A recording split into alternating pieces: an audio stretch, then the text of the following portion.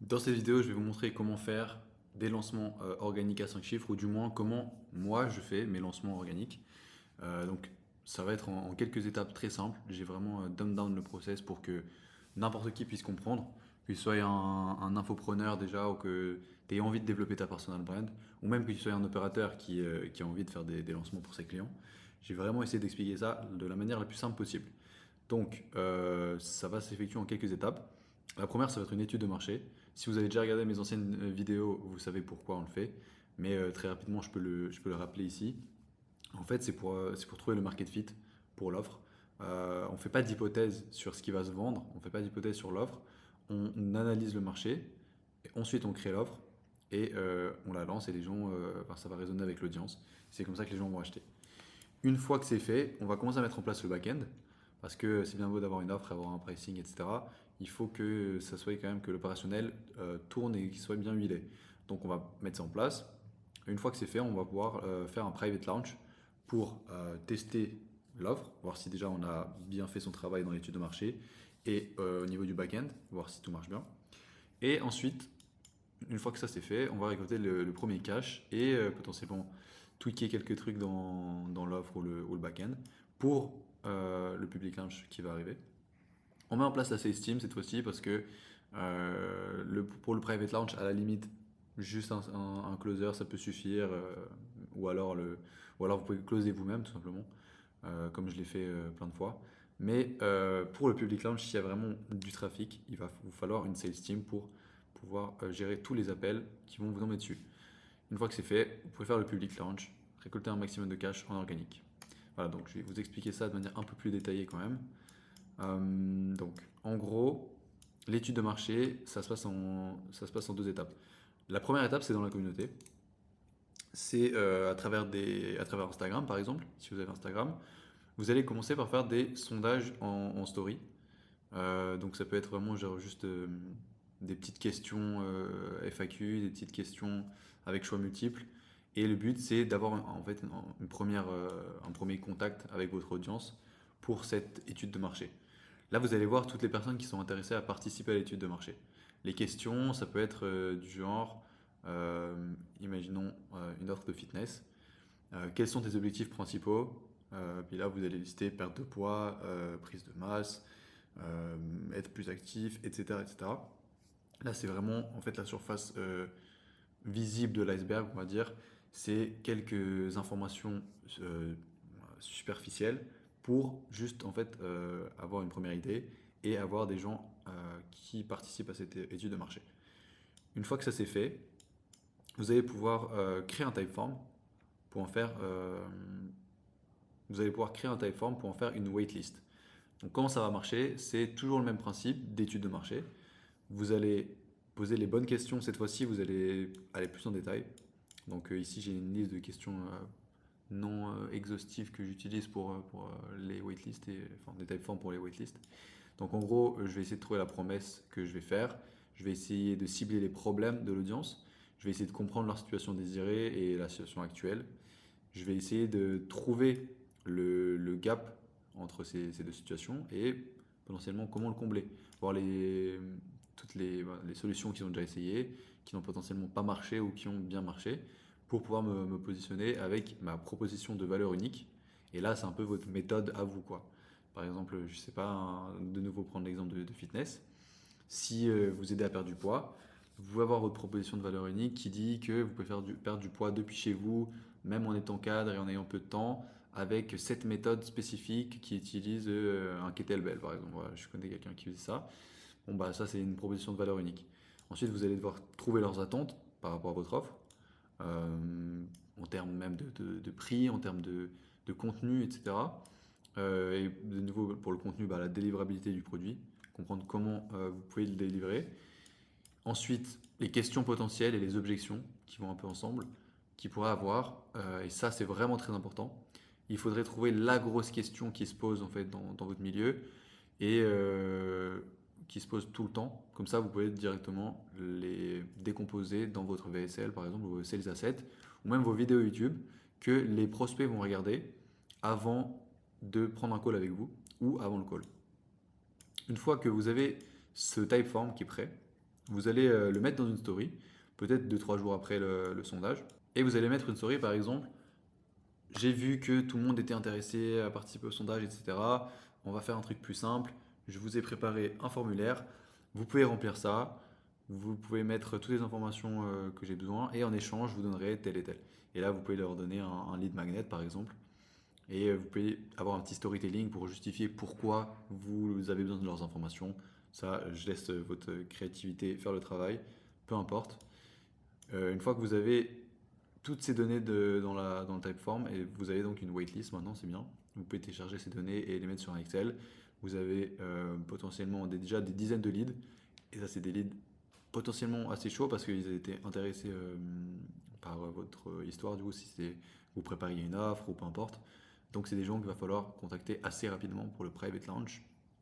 Vous pourrez leur téléphoner, on va en parler juste après. Mais du coup, là, ce que vous pouvez faire pour étoffer un peu vos datas, c'est de proposer un appel de consulting gratuit. Vous attendez encore 2 jours, 3 jours et vous mettez une nouvelle story avec un lien Calendly, par exemple, tout simplement, et vous proposez des appels de consulting gratuits. Là, de nouveau, ça va fonctionner un peu de la même manière. Vous allez voir trouver un peu toutes ces informations, mais vous allez aller plus en détail en fait avec chaque personne parce que vous les avez en appel devant vous. Vous pouvez leur poser toutes les questions que vous désirez. Et là, vous allez structurer ça un peu comme un appel de vente. C'est-à-dire que vous allez avoir les mêmes questions, vous allez devoir faire un diagnostic en fait, de leur situation, trouver exactement en fait, la réponse à toutes ces questions-là. Et à la fin, au lieu de leur vendre, tout simplement ce que vous pouvez faire, c'est les mettre sur la waitlist aussi, les prévenir que dans quelques jours, l'offre sera disponible et seulement pour un nombre restreint d'entre eux. Par exemple, que 10 places, ça rajoute de la rareté et de l'urgence. Donc, une fois que ça c'est fait, vous avez une grosse waitlist normalement, vous avez beaucoup de data, et là, vous avez mené à bien votre étude de marché. Non, pas encore. D'abord, vous allez vous rendre en ligne. Ça peut être sur Instagram, Reddit, je ne les ai pas tous mis, mais LinkedIn, YouTube, Facebook, même Google, tout ce que vous voulez, même ChatGPT pour avoir des données un peu plus larges. Et en fait, vous allez analyser la situation des gens, comprendre par exemple dans les commentaires des réels sur Instagram, comprendre leurs besoins, comprendre leurs problèmes. Pareil dans les formulaires, enfin dans les subreddits. Euh, Pareil un peu partout en fait, tout simplement. Comprendre en fait ce que le marché veut et ce que le marché a besoin et identifier un peu un gap, un trou dans le marché. Une fois que vous aurez fait tout ça, là vous aurez mené à bien votre étude de marché et vous pourrez passer à la création de votre offre. J'en avais déjà parlé dans une autre vidéo, mais en général, ce que vous allez faire, c'est commencer avec une offre à étiquette, surtout si vous avez une audience assez restreinte. Ça va être beaucoup plus simple de vendre. Forcément, vous en doutez, si vous avez 10 000 abonnés, c'est beaucoup plus facile de faire 10, 20 000 par mois en vendant quelques high tickets à 3, 4, 5 000 euros que d'avoir un MRR avec, je sais pas, peut-être une communauté payante à 50 balles ou une formation à 400 balles. Donc ça, je vous conseille. Vous commencez avec ce noyau de à étiquette. Et ensuite, vous vous développez, vous étendez ça à tous les potentiels clients que vous pourrez avoir. Donc, il vous faut aussi plus de l'étiquette et il vous faut aussi du plus à étiquette. Donc, il vous faut des upsells. Potentiellement, pourquoi pas un mastermind. Pourquoi pas les faire passer sur votre SaaS ou alors les downsell sur une formation ou une communauté payante, comme je vous en ai parlé juste avant. Le but, c'est d'avoir la plus grosse LTV possible mais ça, c'est une autre histoire, je vous en parlerai dans une autre vidéo. Si vous êtes intéressé, n'hésitez pas à me le dire dans les commentaires. Mais voilà, une fois que vous avez cette offre qui est prête, grâce à votre étude de marché, vous allez travailler sur le back-end. Maintenant, qu'est-ce qu'il faut préparer en priorité? Il vous faut un VSL, que ce soit pour le mettre dans l'email, pour l'envoyer avant l'appel, ou alors pour le mettre sur une landing page. Il vous faut à tout prix un VSL. Ça peut être sous forme de formation gratuite, peu importe. Il faut juste démonter le plus possible les objections, les problèmes, etc. Tout ce que vous avez en fait analysé dans l'étude de marché, il faudra en parler dans le VSL pour juste chauffer les gens et les préqualifier. Une fois que ça c'est fait, vous allez vous pencher un peu sur les automatisations, donc tout ce qui est Zapier, connecter vos applications entre elles pour que ça fasse le travail. Ça, je vous apprends rien, c'est pas très compliqué. Si vous voulez des exemples d'automatisation, je vous ferai une vidéo spécifique là-dessus, mais je pense pas qu'il y en ait besoin. Le plus important, c'est le marketing. Donc, vous allez travailler sur les séquences mail, que ce soit les séquences mail de lancement pour le private launch, que ce soit les séquences mail de no show, no close, et surtout de pré-call. Les séquences mail pré-call, elles peuvent mâcher le travail pour le closing. Et franchement, vous pouvez facilement doubler votre taux de show-up et même de closing si vous avez une bonne séquence pré-call. Une fois que vous avez fait ça, vous allez pouvoir aussi travailler sur les tracking sheets parce que bien sûr, pour continuer de faire rentrer des datas, il faut traquer toutes les données. Et c'est comme ça que vous allez vous rendre compte des problèmes, des pain points entre guillemets de votre business. Donc, si vous avez besoin de tracking sheet, que ce soit pour le closing, le setting, peu importe, écrivez-moi un message sur Instagram, je vous mets le lien en description et puis je vous donnerai ce que vous avez besoin. Une fois que vous avez votre backend de prêt, pour le private launch, vous allez pouvoir commencer à faire rentrer de l'argent. Donc là, c'est simple. Vous avez plein de leads dans la waitlist que vous avez préparée. Vous allez prendre vos téléphones ou alors mettre un phone setter sur le coup et appeler tous les leads un par un et en booking un appel avec eux de closing, tout simplement. Euh, le mieux, c'est de les appeler rapidement après la waitlist parce que en fait, plus les jours passent, plus ils vont devenir froids et ne même plus se rappeler de ce dont vous avez parlé dans le call et l'offre que vous allez sortir.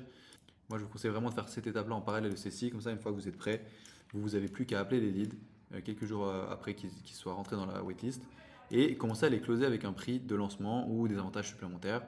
Laissez parler le marketeur qui est en vous. Mais en fait, le but, c'est vraiment de leur donner une raison d'acheter tout de suite et qu'ils soient avantagés par celle-ci, quoi. Sinon, ils vont juste attendre potentiellement le launch public.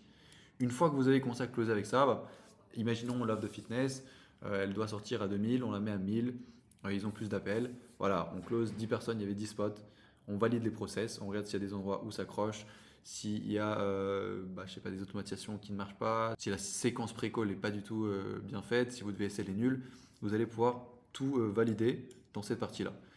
Là, c'est les choses sérieuses qui commencent parce que du coup, vous avez fait un petit peu d'argent, c'est cool. Mais maintenant, il va falloir vous préparer pour un potentiel lancement à 5-6 chiffres.